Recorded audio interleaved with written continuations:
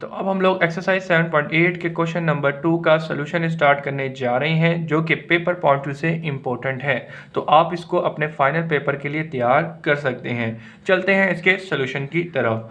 Question number 2 में कहा गया है, find the combined equation of the pair of lines through the origin which are perpendicular to the lines presented bye.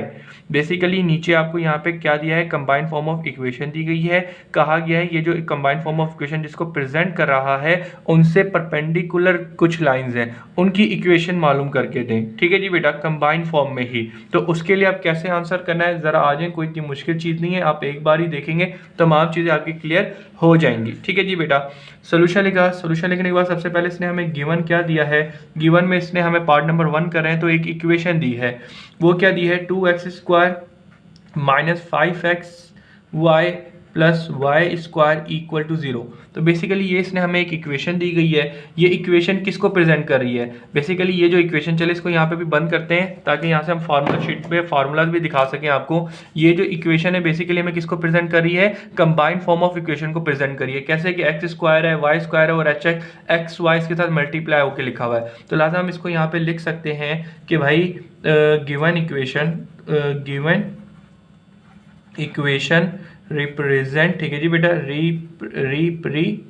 Represent, ठीक है, represent two lines, ठीक है जी बेटा, टू लाइंस विच पासिस, ठीक है जी बेटा, विच पासिस थ्रू ओरिजिन, ठीक है जी बेटा, passes through origin and having slopes, ठीक है जी बेटा, having slopes m1 and m2 respectively. ठीक है जी, रिस्पेक्टिवली का मतलब क्या होगा, पहली लाइन का पहला स्लोप और दूसरी लाइन का दूसरा स्लोप हो जाएगा। सही जी, ये बात हमने कर दी। तो इसके बाद हम यहाँ पे क्या करेंगे, इसके बाद हम यहाँ पे इसको कंपेयर कर लेंगे। ठीक है जी बेटा, तो लिहाजा हम इसको क्या कर सकते हैं, कंपेयर, ठीक है जी बेटा, कंपेयर विद जनरल, ठीक है जी, general form of combined equation. वो बेसिकली क्या थी, वो यहाँ पे भी लिखी हुई है। वो हमारे पास थी ax² plus 2hxy plus by² equal to 0। सही जी स्टूडेंट, अब हम यहाँ पे क्या करेंगे, इसको कंपेयर करेंगे। तो x² के साथ यहाँ पे क्या लिखा हुआ है a, और यहाँ पे जो गिवन दिया उधर क्या लिखा हुआ है h² के साथ 2। तो ये a की तो वैल्यू आ गई। अब इस तरीके से b की वैल्यू निकालते हैं। y² के साथ क्या लिखा है b, और जो गिवन है y² के साथ यहाँ पे क्या लिखा है, कुछ नहीं तो वो 1 है, तो b की भी वैल्यू आ गई। अब इसी तरीके से जनरल फॉर्म में h के साथ क्या लिखा हुआ है 2h इक्वल टू, अब जरा देखें इसको कंपेयर करें किसके साथ, h जो गिवन दिया उधर। तो यहाँ पे xy के साथ क्या लिखा हुआ है -5। सही जी बेटा, तो हमें बेसिकली यहाँ से किसकी चाहिए वैल्यू, h की। तो -5 है, मल्टीप्लाई हो रहा है 2, इधर जाके डिवाइड कर दें। तो ये आपके पास किसकी वैल्यू आ गई, h की वैल्यू निकल कर आ गई। सही जी स्टूडेंट, अच्छा जी, तो यहाँ पे a, b और h की मैंने वैल्यूज मालूम किए हैं। क्यों किए हैं, क्योंकि ये अभी हमें आगे काम आने वाली है, इसीलिए अभी मालूम करके रख लिए हैं। ठीक है जी बेटा, अब हम यहाँ पे बेसिकली लिखेंगे कि हेंस हमें बेसिकली यहाँ पे क्या रिक्वायर्ड है, हमें यहाँ पे रिक्वायर्ड है, अच्छा क्वेश्चन की भी तो रिक्वायरमेंट देख लेना। आपको मैंने समझाया नहीं कि क्वेश्चन में क्या करना है। क्वेश्चन में मैंने आपको बता दिया कि हमें परपेंडिकुलर लाइन की कंबाइंड फॉर्म ऑफ इक्वेशन मालूम करनी है। ठीक है जी, तो उसके लिए बेसिकली क्या डायग्राम बनेगी वो भी मैं आपको समझा देता हूँ ताकि आपका कॉन्सेप्ट अच्छे तरीके से क्लियर रहे। तो उसके लिए मैं आई थिंक ये पेपर यूज़ कर लेता हूँ कि इसमें क्वेश्चन में बेसिकली क्या कहा गया। हम तो डायरेक्ट सोल्यूशन पे चलना स्टार्ट हो गए। क्वेश्चन में क्या कह रहा है ताकि आपको अच्छे तरीके से इस क्वेश्चन को समझ पाएं। बेसिकली इस क्वेश्चन में ये कहा गया है कि भाई वाइस, ये हमारे पास क्या होता है, ये बेसिकली हमारे पास y एक्सिस और ये x एक्सिस होता है। हमें बेसिकली इस क्वेश्चन के अंदर ना ये कहा गया है कि एक लाइन है, ठीक है जी बेटा, और इसी तरीके से 2 लाइन है, ये 2 लाइनें हो गई। सही जी बेटा, ये लाइन 1 है और ये लाइन 2 है। लाइन 1 के स्लोप को m1 कहते हैं और इस लाइन 2 के स्लोप को m2 कहते हैं। हमें बेसिकली इस क्वेश्चन के अंदर ना आपको कंबाइंड फॉर्म ऑफ इक्वेशन ये दी गई है इन 2 लाइन की। ठीक है जी बेटा, जो कि आपको पता है कंबाइंड फॉर्म ऑफ इक्वेशन जो है पास ही ओरिजिन से होती है। इतनी बात क्लियर हो गई। फिर इसने कहा है कि आपको इक्वेशन मालूम करनी है जो कि इन कंबाइंड फॉर्म से क्या है, परपेंडिकुलर है। सही जी बेटा, तो लिहाजा हम परपेंडिकुलर यानी कि ये जो लाइन 1 है इस लाइन के परपेंडिकुलर एक लाइन ड्रॉ करें। ये एक लाइन है और ये परपेंडिकुलर है।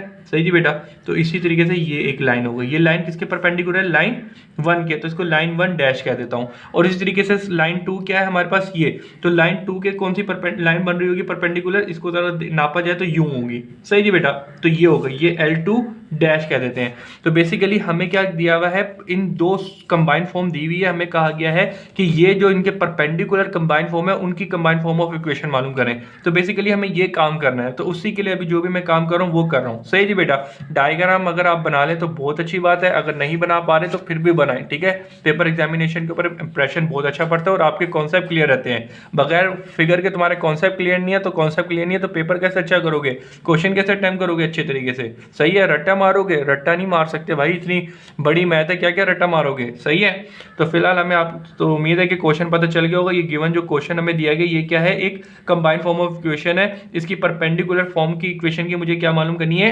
इक्वेशन मालूम करनी है। तो उसी के लिए हम यहाँ पे काम कर रहे हैं। तो ये कंबाइंड फॉर्म थी, इसको कंबाइंड फॉर्म जनरल फॉर्म से हमने कंपेयर किया, ए बी और एच की वैल्यू मालूम कर ली। इतनी बात क्लियर होगी।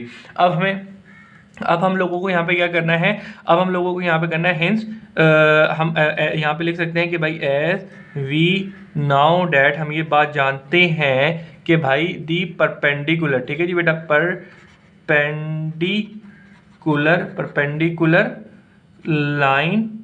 Perpendicular line from combine equation, ठीक है जी, कंबाइन इक्वेशंस ऑफ लाइन, ठीक है जी बेटा, लाइन आर। बेसिकली हम यहाँ पे बोल रहे हैं कि भाई हमें एक जनरल फार्मूला पता है। वो फार्मूला बेसिकली क्या होता है जो आपकी बुक में आपको बताया गया है, वो फार्मूला देख लें। वो ये है y square plus m1 plus m2 divided by m1 multiply by m2, और ये मल्टीप्लाई हो रहा है x y से, और plus 1 m1 multiply by m2, ठीक है जी बेटा, और x स्क्वायर इक्वल टू 0। सही जी बेटा। अब ये आपको जो इक्वेशन दी गई है, ये बेसिकली आपको इक्वेशन दी गई है। ये जो इक्वेशन है बेसिकली जनरल फॉर्म है किसकी? परपेंडिकुलर फॉर्म की। सही जी बेटा। तो लिहाजा इसके अंदर हम क्या करेंगे? ये m1 m2 के जो प्लस है और ये जो प्रोडक्ट है इसके अंदर इसकी वैल्यू पुट करेंगे, इसको सिंप्लीफाई करेंगे, तो ऑटोमेटिकली जो हमारे पास इक्वेशन बन के आ रही होगी वो क्या बन के आ रही होगी? कंबाइंड फॉर्म ऑफ इक्वेशन बन के आ रही होगी, जो कि क्या होगी? परपेंडिकुलर होगी इस लाइन के। सही जी स्टूडेंट। तो लिहाजा ये आपको फार्मूला है, ये याद करना पड़ेगा। ये एक परपेंडिकुलर लाइन का फार्मूला है कंबाइंड फॉर्म का, जो कि हम लोग यूज करेंगे इधर मालूम करने के लिए। ठीक है जी बेटा। तो इसके अंदर सबसे पहले आपको एक चीज मालूम होनी चाहिए। सबसे पहले इस फार्मूले के अंदर हमें क्या चाहिए? m1 plus m2। ठीक है जी बेटा। तो ये किसको प्रेजेंट करता है? सम ऑफ किसको प्रेजेंट करता है? सम ऑफ स्लोप्स को। तो भाई सम ऑफ स्लोप का फार्मूला हम लोगों ने यहाँ पे लिखा हुआ है। m1 प्लस m2 किसके बराबर होता है? -2h अपॉन b के बराबर होता है। सही जी बेटा। तो कुछ नहीं करना, इसके अंदर वैल्यू पुट करनी है। माइनस का 2, h की वैल्यू क्या आई थी? h की वैल्यू हमने इसी इक्वेशन से निकालनी है। तो वो क्या निकाली थी आपने? -5 अपॉन 2 डिवाइड में आ जाए b, तो b की वैल्यू क्या निकाली? 1। सही जी बेटा। ये वाला 2 कैंसिल आउट हो गया, बाहर माइनस का 1 और अंदर माइनस का 5, डोमिनेटर में सिर्फ 1 बच गया, माइनस इंटू माइनस प्लस हो जाएगा। तो ये 5 और 5 को 1 से डिवाइड किया तो 5 ही आएगा। तो भाई सम ऑफ स्लोप आपने क्या निकाला? 2 निकाल लिया। इतनी बात क्लियर हो गई। अब इसके बाद हमें क्या चाहिए? m1 इंटू m2 यानी कि प्रोडक्ट ऑफ स्लोप चाहिए। तो भाई प्रोडक्ट ऑफ स्लोप निकालने का फार्मूला क्या था? m1 इंटू m2 किसके इक्वल होता है? यानी कि ये रहा प्रोडक्ट ऑफ स्लोप का फार्मूला, a अपॉन b। ठीक है जी, प्रोडक्ट ऑफ स्लोप का फार्मूला। तो यहाँ पे आ जाए, a की वैल्यू क्या है? a की वैल्यू हमने निकाल के रखी हुई थी, इक्वेशन जो हमें दी हुई थी कंबाइंड फॉर्म में। a की वैल्यू 2, b की वैल्यू 1। तो 2 को 1 से डिवाइड किया, 2 आ गया। तो प्रोडक्ट ऑफ स्लोप क्या निकल कर आ गया? 2 निकल कर आ गया है। अब आपने क्या करना है? अब आपने इस वैल्यू इस इक्वेशन के अंदर पुट कर देना है, और ये इक्वेशन किसको प्रेजेंट करिए? Perpendicular line from the combined line जो हमें यहाँ पे गिवन है। ठीक है जी बेटा। तो इसमें वैल्यू पुट करें, सिंप्लीफाई करें, ऑटोमेटिकली हमारे पास परपेंडिकुलर लाइन की इक्वेशन आ जाएगी जो कि कंबाइंड फॉर्म में होगी। तो वाई स्क्वायर प्लस क्या है यहाँ पे? m1 plus m2। तो m1 प्लस m2 क्या है आपके पास? 5 divided by m1 into m2। तो m1 इंटू m2 क्या निकाला आपने? 2 निकाला। सही जी। अब ये किससे मल्टीप्लाई हो रहा है? x y से प्लस। ठीक है जी बेटा। अब इधर जरा देखें, into product m1 into m2। तो m1 इंटू m2 क्या निकाला आपने? 2 निकाला। ठीक है जी। किससे मल्टीप्लाई हो रहा है? x स्क्वायर से मल्टीप्लाई हो रहा है, इक्वल टू 0। सही जी। अब इसको सोल्व कर लें। तो इसको सोल्व करने के लिए चाहें तो एलसीएम ले लें, या चाहें तो भाई ज़रा देखें डोमिनेटर में ऑलमोस्ट 2 है, तो लिहाजा मैं इसको सबसे अच्छे तरीके से बताऊं तो मैं कर दूंगा मल्टीप्लाई बाय 2 से अगर मैं मल्टीप्लाई कर दूंगा तो ऑटोमेटिकली 2 नीचे खत्म हो जाएगा और इक्वेशन मेरी बिल्कुल सीधी हो जाएगी। तो लिहाजा जब मैं 2 इससे मल्टीप्लाई करूंगा तो ये 2y² हो जाएगा। जब मैं 2 इस टर्म से मल्टीप्लाई करूंगा, डोमिनेटर वाला 2 और ऊपर वाला 2 मल्टीप्लाई एक दूसरे को कैंसिल आउट कर देगा और यहाँ पे 5xy आ जाएगा। तो इसी तरीके से 2 हम इसको मल्टीप्लाई करेंगे, ये वाला 2 और ये वाला 2 एक दूसरे को काट के यहाँ पे x² आ जाएगा और इक्वल टू 0। सही जी बेटा, तो ये आपका फाइनल आंसर हो गया है।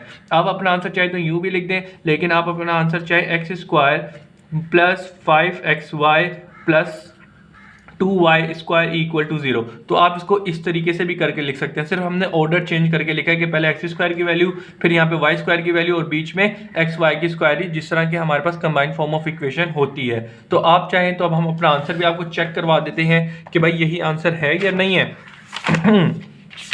तो भाई हमने कौन सा किया, क्वेश्चन नंबर 7.8 का क्वेश्चन नंबर 2 का पार्ट नंबर 1 किया है। तो x² plus 5xy plus 2y², तो यहाँ पे ज़रा देखिए यही answer x² plus 5xy plus 2x²। तो अल्हम्दुलिल्लाह हमारा आंसर यहाँ पे फुल चेक भी हो गया है। तो चलते हैं नेक्स्ट पार्ट की तरफ। हो सके नेक्स्ट पार्ट खुद करें, अगर नहीं होता कोई मुश्किल आ रही है तो आप फिर मेरी वीडियो देख सकते हैं। तो अब हम लोग क्वेश्चन नंबर 2 का पार्ट नंबर 2 करने जा रहे हैं। यहाँ पे भी हमें यही कहा गया है कि हमें कंबाइंड फॉर्म ऑफ इक्वेशन दी गई है। हमें कहा गया है कि इन कंबाइंड फॉर्म ऑफ इक्वेशन से perpendicular combined form of equation है उनकी इक्वेशन मालूम करें। तो जरा देखिएगा, जिस तरीके से हमने अपना प्रीवियस काम किया था उसी तरीके से उन्हीं स्टेप को करते हुए यहाँ पे भी निकाल देंगे, जो कि कंबाइंड फॉर्म ऑफ इक्वेशन चाहिए जो कि परपेंडिकुलर है।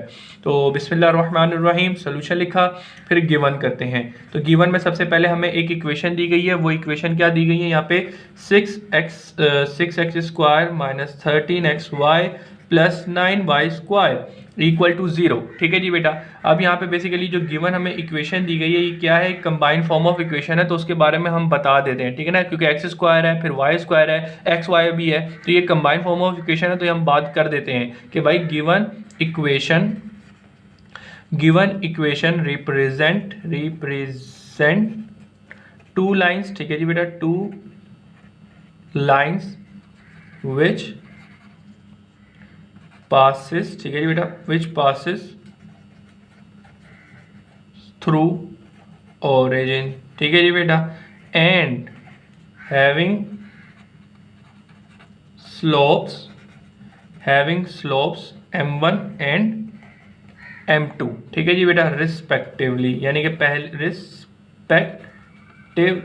यानी कि पहली लाइन के लिए m1 और दूसरी लाइन के लिए m2। सही जी बेटा, इतनी बात हो गई। तो ये कंबाइंड फॉर्म ऑफ इक्वेशन है, तो लिहाजा हम इसको क्या कर सकते हैं, कंपेयर कर सकते हैं। भाई compare with general form of combined equation. तो general form of combined equation क्या थी हमारे पास, ये फार्मूला शीट पे लिखी है, देख भी सकते हैं आप लोग। क्या होती है हमारे पास, a² plus 2hxy plus by² equal to 0। सही जी बेटा। हमने यहाँ पे इसको कंपेयर करना है, तो यहाँ पे x² के साथ क्या लिखा हुआ है a, और यहाँ पे x² के साथ क्या लिखा है 6, तो a की वैल्यू 6 निकल गई। इसी तरीके से यहाँ पे y² के साथ क्या लिखा है b, यहाँ पे y² के साथ क्या लिखा हुआ है 9, तो b की वैल्यू 9 निकल गई। अब इसी तरीके से यहाँ पे xy के साथ क्या लिखा हुआ है 2h, और यहाँ पे xy के साथ क्या लिखा हुआ है -30। सही जी बेटा। तो यहाँ से वैल्यू निकाल लें, तो -30 डिवाइडेड बाई 2, तो यहाँ पे आपने h की भी वैल्यू निकाल ली। अब ये जो a b c की वैल्यू निकाली है, अब हमें आगे काम आएगी निकालने के लिए। तो उसके लिए हम यहाँ पे क्या कर सकते हैं, हेंस हम यहाँ पे लिख सकते हैं कि भाई एज वी नाउ डैट हम ये जानते हैं कि भाई द ठीक है जी, परपेंडिकुलर लाइन्स। ठीक है जी बेटा, perpendicular lines form of combined equations. ठीक है जी बेटा, combined equation of line given by लिख दें। ठीक है ना बेटा, या लाइन्स आर, या लाइन गिवन बाय आ सकती है। कैसे, वो फार्मूला क्या है जो आपकी बुक में बताया गया है, वो ये है कि y² plus m1 plus m2 divided by m1 into m2।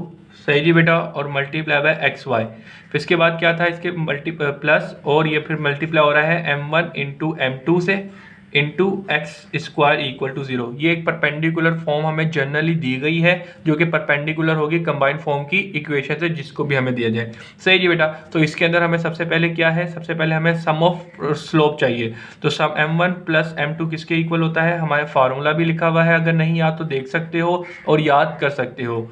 तो यहाँ पे वैल्यू पुट करते हैं -2h, h की वैल्यू क्या निकाली, -13/2 डिवाइडेड बाय b की वैल्यू आपने क्या निकाली, b की वैल्यू हम लोगों ने निकाली थी 9। सही जी बेटा, आप इसको सोल्व करते हैं, ये वाला 2 कैंसिल आउट करेगा, माइनस मल्टीप्लाई बाय ये प्लस का कर देगा। ठीक है जी बेटा, और उसके बाद नीचे डोमिनेटर में 9 है, क्योंकि 1 है, तमाम चीज़ें क्लियर हो जाएंगी, ये आ गया। तो यहाँ पे आपने पास क्या निकाला, sum of roots, sum of slopes आपने क्या निकाला 13/9, जो कि हमें काम आएंगे अपनी परपेंडिकुलर फॉर्म इक्वेशन निकालने के लिए इधर। इसके बाद हमें क्या चाहिए, प्रोडक्ट ऑफ स्लोप चाहिए। तो m1 इंटू m2 किसके इक्वल होता है, a/b के। a की वैल्यू क्या है, a की वैल्यू हम लोगों ने 6 निकाली थी, b की वैल्यू क्या है 9 निकाली थी। सोल्व कर लेते हैं, 2/3। तो भाई m1 इंटू m2 कितना आ गया, 2/3। सही जी बेटा, आ जाए जी। अब हमने कुछ नहीं करना, इनकी वैल्यूज को इधर पुट करें, सोल्व करें और अपना आंसर जल्द से जल्द दे दें। तो इसको हम सोल्व करेंगे इस पेज पे, ठीक है, ठीक है ना बेटा। अच्छा, यार जगह है ना, यहाँ पे पुट कर सकते हैं, चलिए पुट कर देते हैं, Y square plus m1 plus m2, तो ये कितना है 13/9 divided by m into m2 कितना है 2/3। सही जी बेटा, इसको कर दें यूं, ये मल्टीप्लाई किससे हो रहा है, एक्स वाई से, प्लस फिर जरा देखिए 1/m1 इंटू m2, तो m1 इंटू m2 का मतलब 2/3 मल्टीप्लाई बाय एक्स स्क्वायर, तो x square equal to 0। Clear है। चलें अब आगे ज़रा देखें, बेसिक सिंप्लीफिकेशन करते हैं। तो 3 को इससे काटा तो कितना आ गया, ये आ गया। ठीक है जी बेटा, वाई स्क्वायर प्लस यहाँ पे क्या बचा आपके पास 13/3 डिवाइडेड बाय 2। सही जी बेटा, और यहाँ पे क्या आ गया एक्स वाई। उसके बाद ज़रा यहाँ पे आ जाएंगे, डोमिनेटर में 2 उसको घुमा के लिखेंगे तो 3 ऊपर आ जाएगा, 2 उसके नीचे आ जाएगा। सही जी बेटा, तो ये 3/2 आ जाएगा, और इसके अलावा x square is equal to 0। अब मजीद इसको कैसे सिंप्लीफाई कर सकते हैं, ये घूम के इसके ऊपर आ जाएगा, तो ये वाई स्क्वायर 13/3 1 ऊपर आ जाएगा, 2 उसके डोमिनेटर में आ जाएगा और एक्स वाई आ जाएगा। सही जी, और यहाँ पे 3/2 जो मल्टीप्लाई हो रहा है एक्स स्क्वायर से, वो यूं का यूं ही रहेगा। अब मजीद कैसे सिंप्लीफाई कर सकते हैं, एक्स स्क्वायर 3 1 13 1 13 2 3 6 एक्स वाई हो जाएगा। उसके अलावा plus 3/2 x square equal to 0। इतनी बात क्लियर हो गई। अच्छा जी, यहाँ पे अब मुझे पता है कि अक्सर बच्चों को हो रही होगी कन्फ्यूजन कि सर ये कैसे किया, हमें थोड़ी मुश्किल होती है क्योंकि घूमने घामने में। तो उन बच्चों के लिए मैं बता रहा हूँ कि बेटा अपना कैलकुलेटर यूज़ कर लो। कैसे यूज़ करोगे, देखो बेटा ये पूरी वैल्यू कैसे लिखी हुई थी, ऊपर क्या लिखा हुआ था, ऊपर लिखा हुआ था आपके पास 13/9। ठीक है जी, ऊपर वाली वैल्यू डालिए और इसी तरीके से नीचे आ जाएं। तो नीचे आपके पास भी 2/3 है, तो इसीलिए यहाँ पे भी डिवाइड की फॉर्म डालनी पड़ेगी। तो ये डिवाइड वाला ऑप्शन दबाया और 2/3 कर दिया। ये पूरी की पूरी वैल्यू को हमने क्या किया, कैलकुलेटर में डाला और इक्वल कर दें। तो आपके पास क्या है 13/9। तो जरा देखिए यहाँ पे 13/9 ही आया। तो अगर आपकी बेसिक सिंप्लीफिकेशन कच्ची है तो भाई अपना कैलकुलेटर यूज करना स्टार्ट कर दें। ठीक है जी बेटा। उसके अलावा यहाँ पे भी चले मसला हो सकता है। तो भाई ये सबसे पहले 1 था, फिर यहाँ पे डिवाइड का ऑप्शन आया और डिवाइड में भी डिवाइड है मजीद, तो ये डिवाइड का ऑप्शन दबा दें, यानी कि रेशो का दबा दें। तो ये 2/3 है, तो ये पूरी वैल्यू को हमने कैलकुलेटर में डाला, इक्वल किया तो 3/2 आ गया। तो हमने आखिर में 3/2 ही लिखा था। सही ना बेटा, कोई मसला तो नहीं, कोई मसला नहीं है इंशाल्लाह। अच्छा जी, अब हम ज़रा देखते हैं, अब हम इसका क्या करना है। ये हमारे पास आंसर आ गया, लेकिन हमें पता है कि भाई हमारा जो फाइनल आंसर होता है वो बड़ा साफ सुथरा और प्रॉपर तरीके से, पप्पू तरीके से हम अपना आंसर देते हैं। तो लिहाजा यहाँ पे हम क्या करेंगे कि हम यहाँ पे नीचे जो डोमिनेटर में है उसको ख़त्म करने की करेंगे। ठीक है जी, तो उसके लिए हम चाहें तो यहाँ पे एलसीएम ले लें, तो एलसीएम लेना अक्सर बच्चों को मुश्किल पड़ जाता है। ठीक है ना। तो आप ज़रा देखें हम क्या कर सकते हैं, हम एक और चीज़ कर सकते हैं कि डोमिनेटर में सबसे बड़ी चीज़ देखें, यहाँ पे क्या है 6 लिखा हुआ है। तो आप क्या करते हैं, मल्टीप्लाई बाय 6 होल इक्वेशन, जो सबसे बड़ा नंबर होगा उससे ही मल्टीप्लाई करना है। तो 6 को आपने इससे मल्टीप्लाई किया, 6 को जब आप इससे मल्टीप्लाई करेंगे ये और ये कैंसिल आउट कर जाएगा, तो ये 13xy बन जाएगा। और इसी तरीके से 6 इसको डिवाइड कर देंगे, 2 1 2 2 3 6 होता है। तो यहाँ पे आपके पास 3 आ जाएगा और 3 आगे इधर भी है, तो ये 3 3 9 हो जाएगा and x square is equal to 0। तो भाई ये आपके पास एक इक्वेशन निकल के आई है। ये कौन सी इक्वेशन है आपके पास, ये बेसिकली ये इक्वेशन है कि आपको क्या दिया गया था, ये दो इक्वेशन की combined form form of equation दी गई थी, आपको इसके परपेंडिकुलर जो है ना लाइन, उनकी कंबाइंड फॉर्म ऑफ इक्वेशन निकालनी थी, तो जिसका हमने ये फार्मूला यूज़ किया और इस फार्मूले के थ्रू निकाल लिया है। अब हम आपको आंसर भी चेक करवा देते हैं, क्योंकि इंपॉर्टेंट क्वेश्चन है, मैं आंसर चेक कर लूँ कि भाई हाँ सही आ रहा है या नहीं। अगर कोई गलती है तो इंशाल्लाह हाथों हाथ क्लियर कर दी जाएगी। तो यहाँ पे ज़रा देख लें, यही आंसर दिया हुआ है अल्हम्दुलिल्लाह, बिल्कुल सही आंसर आया है। तो सही आया क्या, नहीं आया? हाँ सही आया बेटा। नहीं यार, गलती है बेटा, कोई ना कोई गलती है। यहाँ पे देखें 6 लिखा हुआ है। अच्छा, इसको ना पहले सबसे पहली चीज़ है ना, हम लोगों ने क्या करना है, इसको ऑर्डर में बना के लिखना है। कैसे?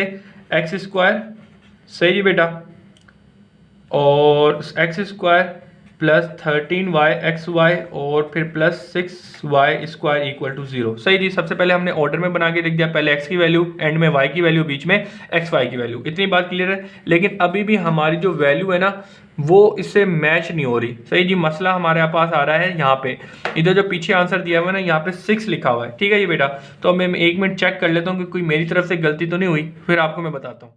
यार मैंने अभी अपनी तरफ से कंफर्मेशन कर ली है, मेरा आंसर सही है। बुक के पीछे जो आंसर आया है, मुझे लग रहा है कि मिस प्रिंटिंग होके कोई ना कोई इशू बना हुआ है, लेकिन फ़िलहाल यहाँ पे मैं इसको इधर रख रहा हूँ। मुझे कोई आंसर अगर अपडेट कहीं से आती है, अगर तुम लोगों को लगता है कि कोई आंसर मैंने एक मसला किया, कमेंट कर देना, मैं चेक कर लूँगा। लेकिन उसके अलावा इन फ्यूचर मुझे पता है चलता है कि भाई ये आंसर सही नहीं है, ये गलत है, तो इसका सही आंसर इंशाल्लाह मैं इस वीडियो के लास्ट में चले जाना, डिस्क्रिप्शन में आपको लिंक मिल जाएगा। ठीक है ना बेटा? लेकिन मुझे इंशाल्लाह 100% चांस है कि ये आंसर बिल्कुल करेक्ट है। तो अब हम लोग 7.8 के क्वेश्चन नंबर 3 की तरफ आ चुके हैं। क्वेश्चन नंबर 3 में कहा गया है trace the pair of lines given by the following equation. तो बेसिकली आपको क्या दी है, पेयर ऑफ लाइन की कंबाइंड फॉर्म ऑफ इक्वेशन दी गई हैं। कहा गया है कि उनको ट्रेस करके दें। ठीक है जी बेटा, तो ट्रेस का मतलब ये है कि इनको ग्राफिकली प्रेजेंट करके दें कि वो किस तरीके से ड्रॉ हो रही होंगी। जिस तरीके से हमने क्वेश्चन नंबर 1 में किया था, उसी तरीके से यहाँ पे वही काम हम लोगों ने करना है। ठीक है जी, लेकिन आपको एक अंदर की बात बताऊं बेटा, इस तरह का क्वेश्चन जो होता है ना, पेपर में आने के बहुत बहुत बहुत कम चांसेस होते हैं। तो अगर मेरी बात मानो ना, इस क्वेश्चन को अगर छोड़ भी दोगे ना, तो तुम लोगों का कुछ नहीं जाने वाला। सही है, तो इतनी सी एक बात थी, अगर समझ जाओ तो अच्छी बात है, छोड़ दो इसको। अगर लेकिन फिर भी करना चाहते हो, फिलहाल तो मैं नहीं करवा रहा, इसीलिए कह रहा हूँ। ठीक है, क्योंकि ये इतनी सी आसान चीज़ हमने ऑलरेडी पहले की हुई है, इतना लंबा टाइम कम है, तो लाता मैं कोशिश कर रहा हूँ उन क्वेश्चन पे फोकस करूँ जो कि इंपॉर्टेंट हो। तो लाता फिलहाल ये क्वेश्चन मैं छुटवा रहा हूँ, आप भी छोड़ सकते हो, लेकिन नहीं फिर भी आपको पढ़ने का शौक है तो भाई कमेंट कर देना इसी वीडियो के नीचे। तो अगर मेरे पास जितने ज़्यादा कमेंट आए, मैं देखूंगा कि भाई बंदों की बड़ी डिमांड है, तो इंशाल्लाह मैं आपको पिक करवा दूंगा। सही है, ओके हो गया बात। तो यहाँ पे दे मुझे इजाज़त, चलते हैं नेक्स्ट क्वेश्चन की तरफ।